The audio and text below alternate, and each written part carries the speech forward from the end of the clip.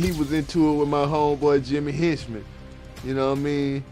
And when Suge got shot, I was in Miami. They were beefing. Cause Suge them the Vibe Awards. I say, Jimmy Henchman on the phone, he wanna holler at you. Suge say, where you at, little Jimmy tells him, I sent you one message. He said, but I ain't giving you no more chances. Next time I catch you, you know what it's gonna be. Stretch came there, and Stretch said, I spoke to Jimmy Henchman. And Jimmy Henchman said, Pac, you don't got enough money, you don't want to go to war with him. And he was like, Jimmy Henchman said, get your money right, then go to war. Suge Knight was one of the biggest, most feared names in hip-hop, the boogeyman of the 90s, always stirring some drama while Death Row ran the game. Suge Knight is a mythical figure. The controversial CEO of Death Row Records. The most feared figure in all of hip-hop. His size was intimidating. Knight had been on probation for a 1992 assault on 2 aspiring... But all that dominance came to a pause when Jimmy Henchman came into the picture. Smaller in size, but just as ruthless and dangerous. And it didn't take long for Suge to realize Jimmy wasn't someone to mess with. Let's get into it, how it all started. So here's where the tension between Suge Knight and Jimmy Henchman really starts to take shape. It might have started simmering as early as 1992. That was when Dr. Dre, one of the co-founders of Death Row at the time, and Miami rapper Uncle Luke found themselves in a bit of a back and forth. In February of that year, Luke and his artist JT Money took shots at Dre on the track Faking Like Gangsters from Luke's album I Got Ish on My Mind. Dre didn't take that lightly. He and Snoop came back swinging later that year, dissing Luke on the now iconic track F-Wit Dre Day from the Chronic, which dropped in December '92. By May 8, 1993, the video for Dre Day hit the airwaves, and that same day the single dropped on vinyl, complete with another track called Puffin' on Blunts and Drankin' Tanqueray, where Dre once again fired shots at Luke. Mr. Buster, where you at? Can't scrap a lick, so I know you... The tension between coasts was already thick, and Suge Knight wasn't just trying to win the West. He wanted to dominate the whole game. And around that same time, a new player was entering the music scene in a major way, Jimmy Henchman. In 1993, he was just starting to plant his flag in the industry, managing talent up in New York and building a name for himself. According to music exec Lance Ewan Rivera, Uncle Luke invited Suge, Dre, Snoop, and the rest of the Death Row crew down to Miami to try and squash the beef with Dre and Luke. At this time, Luke and Suge and them was at war, right? So Luke invites us all down to Miami. Lance says Jimmy Henchman pulled up too. And that's when things got tense. He claims that's the moment he personally witnessed the beef between Suge and Jimmy kick off. There, when the Jimmy Henchman beef started with Suge Knight, because this was the original beef that they encountered. These were two alpha personalities, both coming up fast, both with reputations that preceded them. And from that point on, things between them were never the same. Now, fast forward a bit. Jimmy was managing a Brooklyn rapper named Little Shawn. He was one of Jimmy's main artists at the time. And that leads us straight to a dark chapter in hip-hop history, the infamous Quad Studios shooting on November 30th, 1994. Tupac had been invited to lay down a verse for a track, supposedly for $7,000. The session was tied to Little Shawn, Jimmy's artist. But when Pac showed up at Quad Studios in Manhattan, it turned out to be a setup. He got robbed and shot 5 times in the lobby. December 1st, 1994.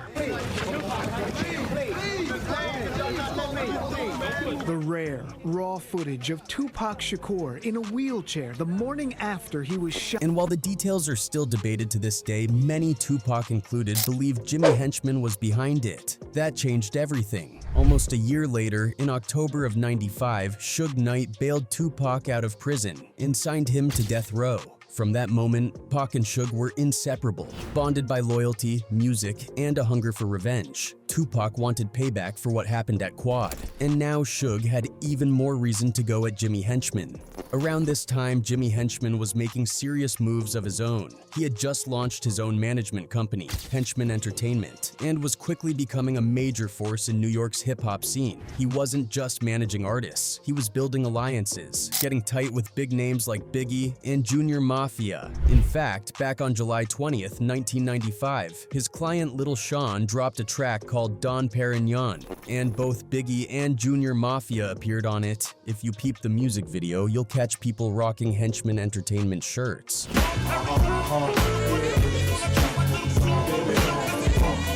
What made it even more intense was that Jimmy was making all these moves while Tupac was still furious, still pointing fingers at him for allegedly setting him up in that Quad Studios shooting.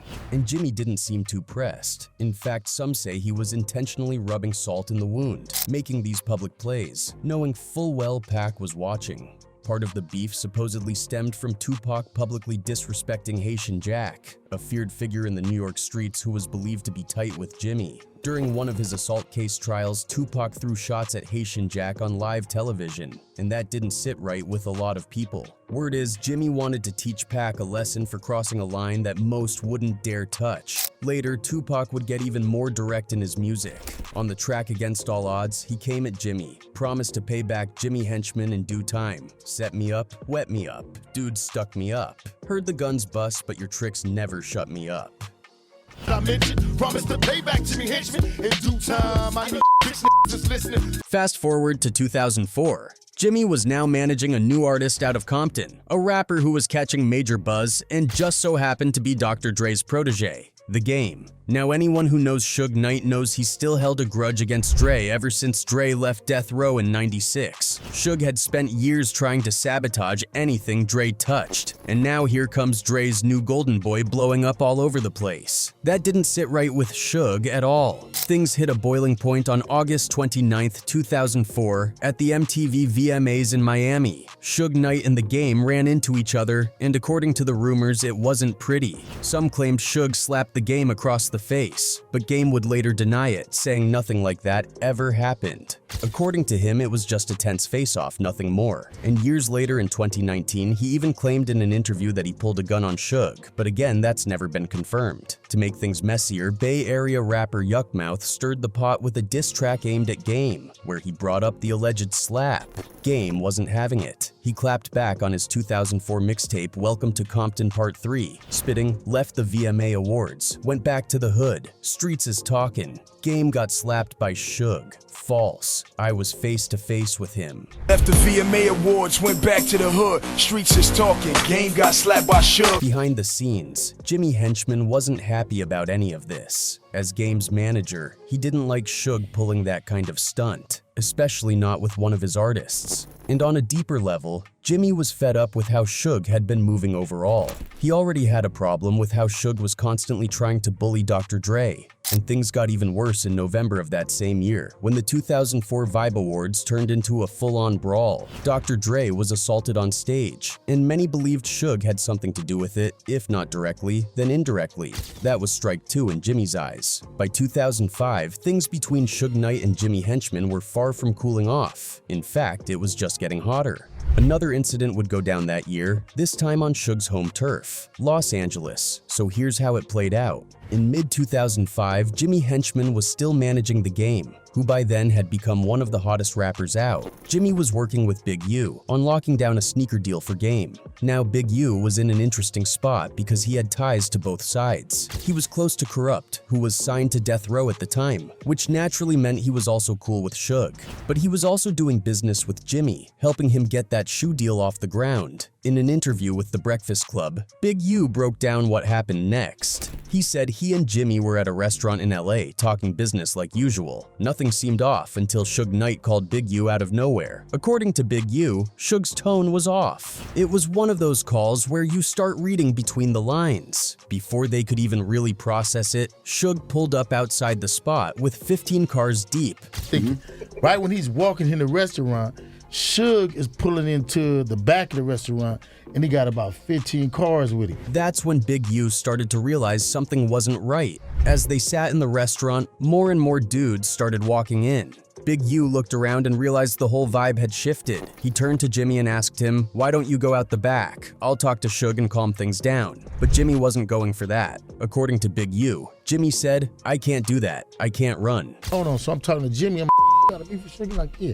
He's like, man, I'm like, man, why don't you go and just leave out the back, and then I'm gonna talk to Suge.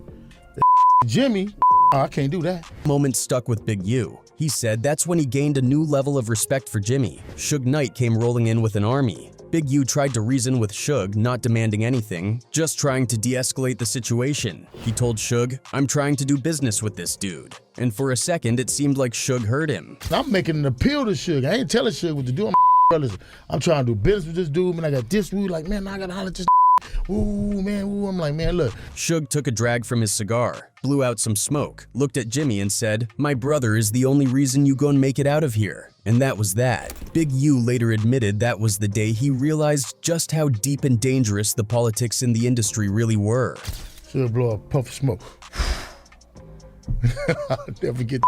She like, yeah, my brother is the only reason you gonna make it out of here, and woo, woo, woo, woo. And I'm like, my nigga, I gotta go learn these politics. But that wasn't the end of it. Just a couple of months later, on August 28, 2005, the MTV VMAs were held at the American Airlines Arena in Miami. It was one of the biggest nights in music, and pretty much everyone who mattered was in town. Suge Knight and Jimmy Henchman were both there. Kanye West hosted an after-party at the Shore Club, a fancy exclusive spot in South Beach, and both Suge and Jimmy ended up at that party too. What happened next made headlines everywhere. After midnight, while the party was in full swing, Suge Knight was chilling at a table in the VIP section known as the Red Room. Witnesses say a man walked up out of nowhere and opened fire. Suge got hit, shot in the leg. According to the police report, the shooter was described as a black male wearing a pink shirt. No one was arrested that night, and the shooter seemed to disappear into the crowd. Suge was rushed to Mount Sinai Medical Center in Miami Beach. Thankfully, his injuries weren't life-threatening. He was awake and talking, but doctors said he needed surgery to remove the bullet and fix a broken bone in his leg. And here's where it gets even wilder. Industry photographer Johnny Nunez was also at that party and later spoke about what went down during a podcast in 2017. He claimed that just before the shooting happened, Jimmy Henchman pulled him to the side and asked to take a picture, almost like it was timed. The implication was that maybe Jimmy wanted the shooting to be captured, wanted that moment immortalized on camera. For Kanye West's The Shore Club, I'll never forget, it was very vivid. Jimmy Henchman tells me, "Johnny, come get the shot." And then he looked at me and one head nod to me. I'm like, what am I shooting? Some guy with a musket just comes from behind Suge and boom! Shoots him right there. I'm like, fast forward a bit after that wild 2005 VMA shooting in Miami. Things between Suge Knight and Jimmy Henchman were far from squashed. Jimmy was still managing the game at this time, who was riding high in the industry, and this was right around the time Wack 100 entered the picture. Wack would eventually become one of Game's closest allies, but back then, he was just getting familiar with all the moving parts and with some of the tension that came with them. According to Wack 100, another serious situation unfolded not long after the Miami shooting. He says one day Jimmy Henchman called him up out the blue, real aggressive, demanding that Wack get Suge Knight on the phone. Wack decided to set up a three-way call between the two. Once they got on the line, Suge didn't hold back. According to Wack, Suge clowned Jimmy and mocked him, saying something like, "You a fast runner." Jimmy calls my phone. Says, yo, get Suge on the phone. Everything straight? Yeah, Wack, get Suge on the phone. I say, Jimmy Henchman on the phone, he wanna holler at you. Suge say, where you at, little You sure could run fast, you little implying that Jimmy had ducked him in the past. But Jimmy wasn't laughing. He clapped back and told Suge that he already gave him a warning, that the shot to the leg back in Miami was just a preview, and next time he wouldn't aim low. Jimmy allegedly said, "Next time the barrel's getting raised," basically meaning next time it'd be a headshot, not a leg shot. Jimmy tells him, "Sent you one message." He said, "But I ain't giving you no more chances. Next time I catch you, you know what it's gonna be." Then came July 23rd, 2008. The Game was shooting the video for his track My Life featuring Lil Wayne, a song off his upcoming album LAX. The shoot was happening around Compton, with scenes filmed in a mix of rough LA neighborhoods and industrial areas. Naturally, both Wack 100 and Jimmy Henchman were present. By then, Game was a superstar, and Jimmy was still guiding his career from behind the scenes. But just when things seemed to be running smoothly, guess who showed up? Suge Knight. Whack 100 later revealed that Suge pulled up to the video shoot looking for trouble. While there, Suge started whispering things to people on set, trying to stir up drama. Whack says Suge told folks that Jimmy Henchman was responsible for Tupac's death. Despite Suge's attempts to light a fire, nothing major happened that day, but the energy was tense, and it was clear the feud between Suge and Jimmy was still very real. After that, though, their paths started to separate. Jimmy shifted his attention away from Suge and toward new enemies, 50 Cent and Tony Yayo. That beef would become another headline-grabbing chapter, especially after an incident involving the assault of Jimmy Henchman's teenage son. Eventually, the law caught up with both of them. In June 2011, Jimmy Henchman was arrested and hit with federal charges for running a massive drug ring. The feds had been watching him for a while, and once they moved in, it was a wrap. But that wasn't all. In 2017, he was hit with additional charges tied to the 2009 murder of G-Unit affiliate Lowell Lodi Mac Fletcher, a killing believed to be retaliation for that earlier beef involving Yayo's. Back in 2007, Tony Yayo and Lodi Mac ran into Henchman's 14-year-old son, known as Lil Henchman, on the streets. According to rumors, Lil Henchman was rocking a G-Unit shirt, a direct diss to 50 Cent's crew. That didn't sit well with Yayo and Lodi, who decided to confront the kid. The confrontation turned ugly fast. The two allegedly pushed the kid up against a wall and Yayo started slapping him. Then Lodi took it a step further by pulling out a gun and pistol whipping the teenager. It was a brutal and unnecessary move, especially since they were dealing with a minor. If I slap your kid, you gonna go all out too. It's the streets. You know, rules got violated, and it is what it is, but... Yayo and Lodi were arrested for the assault. While Yayo's charges were eventually dropped, Lodi pleaded guilty to aggravated assault and was sentenced to a few years in prison. The assault on Lil Henchman didn't go unanswered. Before Yayo even went to court, someone shot up his mother's house. Most people in the streets believe this was Henchman's way of sending a message. Because your mom's house got shot up afterwards.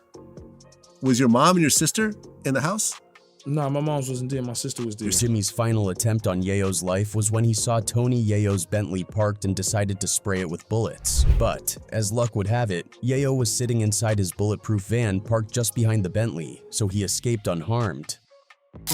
You know, my issue was really more with Jimmy Henchman. And then, you know, as we leaving, I left the Apollo around the corner. My Bentley got shot up, but luckily I was in my bulletproof truck behind the Bentley. Things reached a boiling point in 2009, shortly after Lodi Mac was released from prison. Just 2 weeks after getting out, Lodi was gunned down in the middle of the street in the Bronx. The murder sent shockwaves through the streets, and all eyes immediately turned to Henchman.